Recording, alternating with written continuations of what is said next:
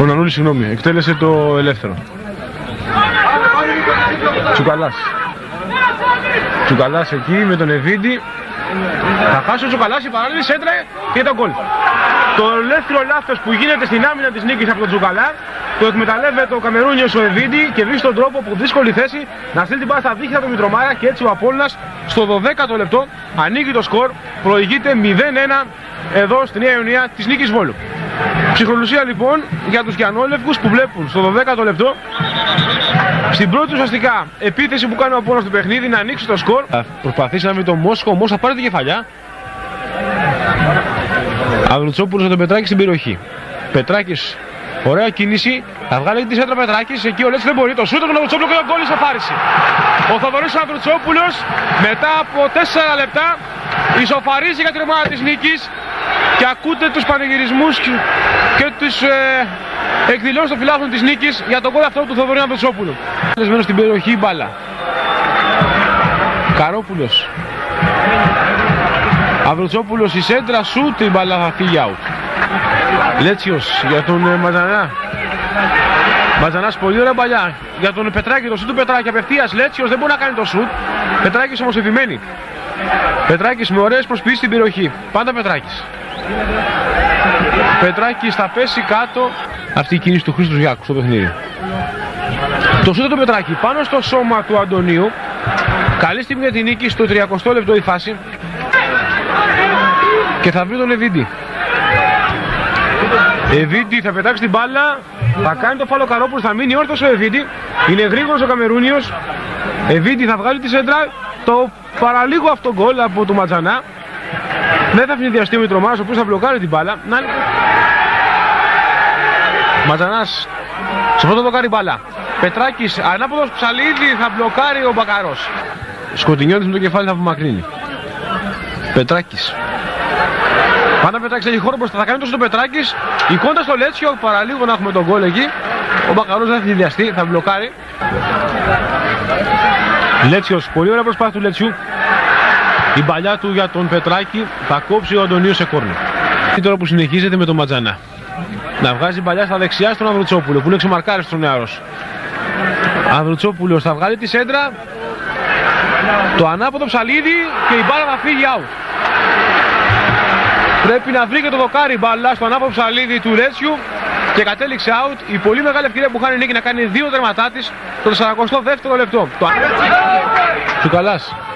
Ωραία με τον Τσουκαλά για τον Αβρουτσόπουλο. Ο Αβρουτσόπουλος θα πέσει κάτω. Τίποτα λέει ο κ. Γιανναδάκης. Μια φάση που θα συζητηθεί. Καθώς ο Αβρουτσόπουλος σίγουρα πρέπει να σμπρώχτηκε εκεί μέσα στην περιοχή. Ο κ. Γιανναδάκης λέει να συνεχίσει το παιχνίδι. Ο Απόλλωνας που θα βγάλει την παλιά εκεί για τον Χασιώτη. Χασιώτης θα κάνει το σουτ και η μπάλα στα δίχτυα. Θα γίνει το 1-2 ακριβώς στην εκπνοή του πρώτου ημιχρόνου με το Στέλιο Χασιώτη. Να λοιπόν που ο Απόλλωνας ευνηδιάζει και πάλι την νίκη. Με τη συμπλήρωση 45 λεπτά στο παιχνίδι θα προηγηθεί με το Στέλιο Χασιώτη. Θα πλασάρει άψογα αυτός στην αντεπίθεση που βρέθηκε. Πλάσαρε την μπάλα πάνω από τον Μητρομάρα που επιχειρούσε έξοδο. Η μπάλα στα δίχτυα της νίκης το 1-2.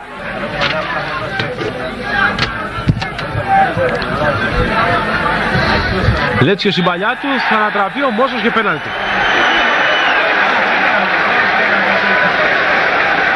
Είναι η κόκκινη κάρτα και που θα δει ο Τρουβάς. Μόσχος εκτελεί το πέναλτι, θα στείλει την μπάλα στα δίχτυα, θα ισοφαρίσει σε 2-2. Το γήπεδο της Νέας Ιωνίας που παίρνει και πάλι φωτιά από τους εκδηλώσεις των φιλάθλων της νίκης. Ο Μόσχος που ισοφαρίζει. Ωραία προσπάθεια στην περιοχή. Θα δούμε τον Τρουβά, θα κάνει τον Τρουβάς. Θα πέσει κάτω καθώς κοντράρισε και από τον Χρυστομίδη μπάλα. Η φάση όμως που συνεχίζεται. Το σούτ από τον Κότσιο τελείως άστοχο πάνω τα δοκάρια του Μητρομάρα. Τώρα Τσίρκοβιτς στην επίθεση. Τσίρκοβιτς η παλιά του δεν θα περάσει για τον Μόσχο που έφυγε στην επίθεση. Η φάση που συνεχίζεται όμως με τον Πετράκη να μπαίνει στη φάση να κερδίζει. Πετράκη στην περιοχή. Πετράκης άνοιξε την μπάλα, δεν κατάφερε να κάνει το κοντρόλ εκεί όπως θα ήθελε. Καρόπουλος θα δει τον Μόσχο, θα πετάξει την παλιά μπροστά. Μόσχος για τον Τσίρκοβιτς. Τσίρκοβιτς ωραία, παλιά για τον Πετράκη που είναι μόνος στην περιοχή. Πετράκης τώρα, το σούτ και το γκολ, εκπληκτικό γκολ από τον Πετράκη. Ένα καταπληκτικό γκολ από τον Γιάννη Πετράκη. Το πρώτο που πετυχαίνει με τα χρώματα της νίκης ο επιθετικός που ήρθε το Δεκέμβριο από την Καβάλα. Και ένα κουβάρι εκεί ανόλευκη της Νέας Ιωνίας. Παγίζεται με τον Χρυσοτομίδη να βρει τον Ανδρουτσόπουλο. Ανδρουτσόπουλος για τον Μόσχο. Δεν υπάρχει offside. Ο Μόσχο θα χάσει μοναδική ευκαιρία. Τσίρκοβιτς. Το γκολ από το Λέτσιο. 4-2. Ο Ανδρέας Λέτσιος πετυχαίνει τον γκολ, όμως η σημαία του επόπτη γραμμών σηκωμένη. Ωραία παλιά του Τσίρκοβιτς στην περιοχή για τον Μόσχο. Μόσχος θα γυρίσει. Δεν θα μπορέσει να πάρει την κεφαλιά εκεί. Πρέπει να ήταν ο Χίτος, ναι. Ανδρουτσόπουλος έδιωξε.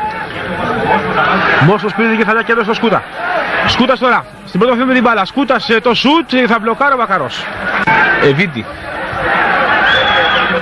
Πέρασε ο Εβίτη. Έβγαλε τη σέντρα. Γκάτας πήρε την κεφαλιά. Η μπάλα πάνω από τα δοκάρια.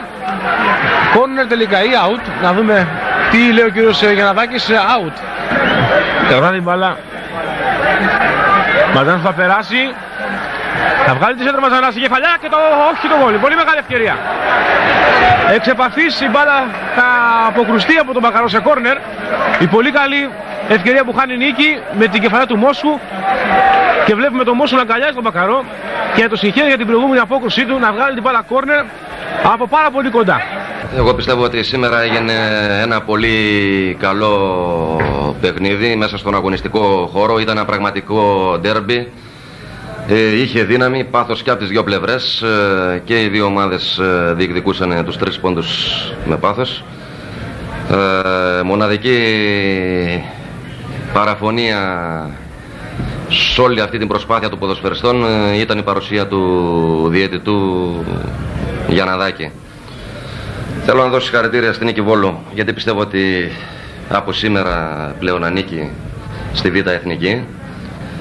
Θέλω να συγχαρώ και τους ποδοσφαιριστές του Απόλλωνα, οι οποίοι κάνανε μια μεγάλη προσπάθεια μέσα στον αγωνιστικό χώρο. Ο διαιτητής ήταν εκείνος ο οποίος τους στέρισε τη χαρά. Εγώ έχω ζήσει στην Κρήτη, έχω κάνει 3 χρόνια και τους κριτικούς τους έχω γνωρίσει ότι όταν φοράνε τα παντελόνια τα τιμάνε. Όλη την εβδομάδα ξέραμε τον αντίπαλο, τον Λαρίσης. Όχι μόνο επειδή ήμουνα 5 χρόνια εκεί, επειδή ξέρω τους παίκτες και είχε και τα προβλήματα και σίγουρα θα είχαμε μέσα στον δικό χώρο.